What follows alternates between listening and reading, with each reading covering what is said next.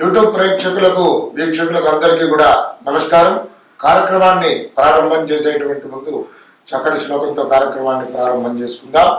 శ్రీ విద్యాం జగదాం దాత్రిం స్వర్గస్థితి లయేశ్వరీం నమామి లలితా నిత్యం మహా త్రిపుర సుందరీం చతుర్భుజ చంద్రకళావతాంసే కుచున్నతే కుంకుమారాగశోణే పుండ్రక్షుభాషాం పుష్పపానాం హస్తే నమస్తే జగదేకమాతః జ్ఞానానందమయం దేవం నిర్మలాస్ఫటికాకృతిం ఆధారం సర్వ విద్యానాం హయగ్రీవముపాస్మహే.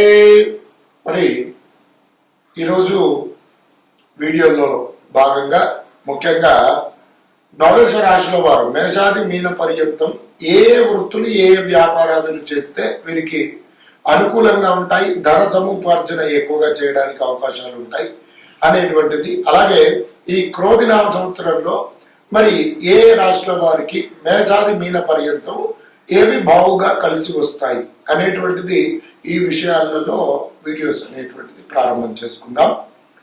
కుంభరాశి వారికి క్రోధినామ సంవత్సరంలో అనుకూలంగా ఉండేటువంటి వృత్తులు, వీరికి కలిసి వచ్చేటువంటి వృత్తులు వ్యాపారాదులు ఏమిటి, ఏ పరంగా వీరు వృత్తి వ్యాపారాదులు కనుక చేసుకున్నట్లయితే అనుకూలంగా ఉంటుంది అనేటువంటిది ఈ వీడియోలో తెలుసుకుందాం. కుంభరాశి వారు ఏ నక్షత్రాల వారు అవుతున్నారా అని కనుక చూసుకున్నట్లయితే వీరు ధనిష్ట నక్షత్రం 3-4 పాదములు, అలాగే శతభిష నక్షత్రం 1-2-3 4 పాదములు, పూర్వభాద్ర నక్షత్రం 1-2-3 పాదముల వారు కలిసి ఏమిటి కుంభరాశి వారు అవుతున్నారు.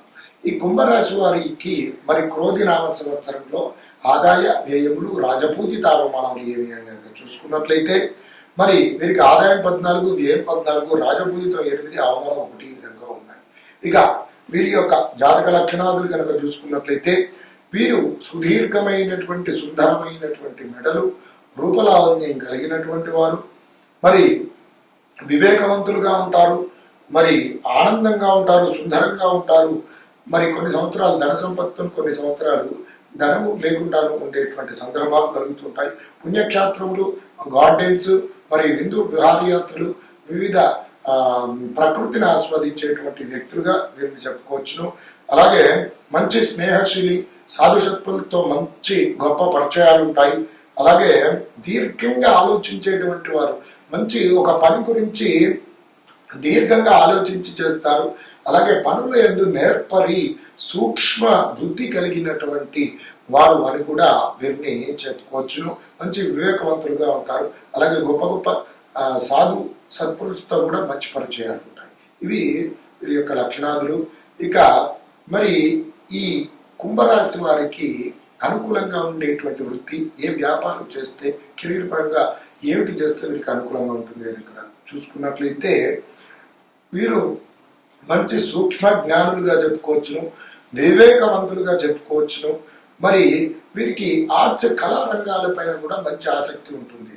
కాబట్టి వీరు మంచి కళారంగాలలో నైపుణ్యం ఉన్నట్లయితే మరి సింగర్స్గా రాణిస్తారు, సంగీత కళాకారులుగా రాణిస్తారు. అలాగే మరి ఏమిటి ముఖ్యంగా తబలా ఆర్టిస్ట్ కానివ్వండి, మృదంగం ఆర్టిస్ట్ కానివ్వండి, ఫ్లూటిస్ట్ కానివ్వండి, సంగీతంపై నైపుణ్యం కనుక ఉన్నట్లయితే ఈ రంగాలలో వృత్తిపరంగా కెరీర్ ఎంచుకున్నట్లయితే, వీటికి సంబంధిత వ్యాపారాదులు కనుక చేసినట్లయితే ఈ కుంభరాశి వారికి చాలా అనుకూలంగా ఉంటుంది. అలాగే వీరికి రహస్య విషయాలపై పరిశోధన చేయాలని ఉత్సాహం బావుగా ఉంటుంది, బావుగా చదువుకుంటారు. కాబట్టి వాటిపై విశేష పరిజ్ఞానం వల్ల వీళ్ళు సైంటిస్టులుగా కూడా వృత్తి కెరీర్ అనేటువంటిది ఎంచుకున్నట్లయితే చాలా బాగా ఉంటుంది. పరిశోధన చేయడంలో సిద్ధహస్తులు అని చెప్పి చెప్పుకోవచ్చు. అలాగే వీరు ఆర్టిస్ట్గా, కళాకారులుగా, డిజైనర్స్గా బాగా రాణిస్తారు. విశేషంగా గ్రాఫిక్ డిజైనర్స్గా, వెబ్ డిజైనర్స్గా, అలాగే మంచి యాప్ డెవలప్మెంట్ సంబంధించినటువంటి సాఫ్ట్వేర్ రంగ నిపుణులుగా కూడా వృత్తి వ్యాపారం ఏది చేసినా సరే వీరికి అనుకూలంగా ఉంటుంది. అలాగే వ్యవసాయం కూడా వీరికి బావుగా కలిసి వస్తుంది. ఇంజనీర్స్గా రాణిస్తారు బావుగా. ఇంజనీరింగ్ విభాగాలలో వివిధ రంగాలు అనేటువంటివి ఉంటాయి.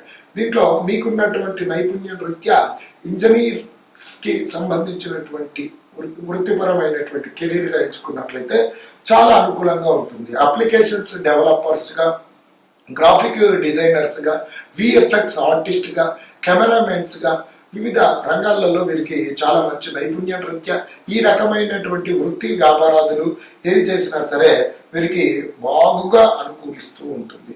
అలాగే కన్స్ట్రక్షన్స్ డిపార్ట్మెంట్లో పనిచేయడం, ఒక కన్స్ట్రక్షన్స్కి సంబంధించినటువంటి వ్యాపార సంస్థలు నెలకొల్పడము, వాటి రీత్యా కూడా వీరు చాలా అనుకూలంగా ఉంటుంది. ఆ ఎలక్ట్రానిక్స్కి సంబంధించినటువంటి ఐరన్ హార్డ్వేర్, ఎలక్ట్రానిక్స్కి, గూడ్స్కి సంబంధించినటువంటి వ్యాపార సంస్థలు, వాటి పరమైనటువంటి వృత్తులు ఏవి చేసినా సరే కెరీర్ పరంగా చాలా అనుకూలంగా యోగదాయకంగా ఉంటుంది. అలాగే వీరు మంచి రచయితలుగా కూడా రాణిస్తారు.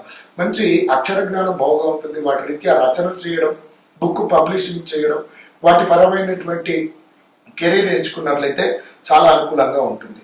అలాగే ఇంకా కన్స్ట్రక్షన్కి సంబంధించినటువంటి బిల్డింగ్ మెటీరియల్ సప్లయర్స్గా కానివ్వండి, వాటికి సంబంధిత డిజైన్స్ అందించేటువంటి వ్యాపార సంస్థల రీత్యా కానివ్వండి, ఖనిజాలకు సంబంధించినటువంటి లవణం అంటే ఉప్పు సంబంధిత వ్యాపార సంస్థలు కానివ్వండి, వాటికి సంబంధించినటువంటివి ఏవి చేసినా సరే వీరికి చాలా అనుకూలంగా ఉంటుంది. అలాగే ఎయిర్ క్రాఫ్ట్కి సంబంధించినటువంటి దాంట్లో ఉండేటువంటి పరికరాలు తయారు చేసేటువంటి వ్యాపార సంస్థలలో నిపుణులుగా ఉంటారు. ఆపరమైనటువంటి వృత్తి. అలాగే ట్రావెల్స్ వ్యాపార సంస్థలు నెలకొల్పడం, ఒక ట్రావెల్ గైడెన్స్గా ఉండడం కానివ్వండి. అలాగే వీరు ముఖ్యంగా రహస్యంగా ఉన్నటువంటి వాటిని ఎక్కువగా తెలుసుకుంటూ ఉంటారు కాబట్టి ఆ రకమైనటువంటి పరిశోధనలు వాటిని ప్రజలకు తెలియజేసేటువంటి ఉద్దేశంతో వాళ్ళ రీత్యా మంచి పరిశోధన గ్రంథాలు రాయడం కానివ్వండి, ఈ రకమైనటువంటి వృత్తి కెరీర్ చేసుకున్నట్లయితే వీరికి చాలా శ్రేయోదాయకంగా గొప్పగా ఉంటుంది అని చెప్పి చెప్పుకోవచ్చును. ఈ కుంభరాశి వారు ఎవరైతే ఉన్నారో ఈ రంగాలలో, ఈ వృత్తులలో, వ్యాపారాలలో రాణిస్తున్నారో వారికి ప్రతికూల పరిస్థితులు ఏవైతే ఉన్నాయో మరి అనుకూల పరిస్థితులు పొందాలంటే ఏం చేయాలయ్యా అని కనుక చూసుకున్నట్లయితే కుంభరాశి వారికి రాశీనాథుడు శనేశ్వర భగవానుడు కాబట్టి శని యొక్క అనుగ్రహం ఉండి తీరవలసిందే. కాబట్టి శనేశ్వర భగవాను ముఖ్యంగా శనివారం రోజున మరి స్వామివారిని అర్చన చేసుకుని చక్కగా శనేశ్వర గ్రహ ధ్యాన శ్లోకాన్ని పఠించండి.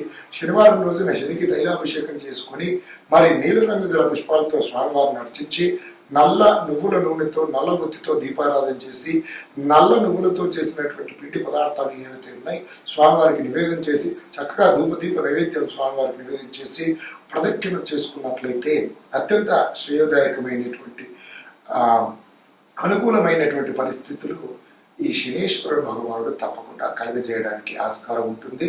అలాగే ఈ రాశి వారు ముఖ్యంగా ప్రతినిత్యం కూడా పఠించవలసినటువంటి నామజపము కనుక చూసుకున్నట్లయితే ఓం శ్రీం ఉపేంద్రాయ అచ్యుతాయ నమః అనేటువంటి నామాన్ని ప్రతినిత్యం కూడా 27 సార్లు పఠించండి. ఉత్తమోత్తమైనటువంటి ఫలితాలను పొందండి. నమస్కారం.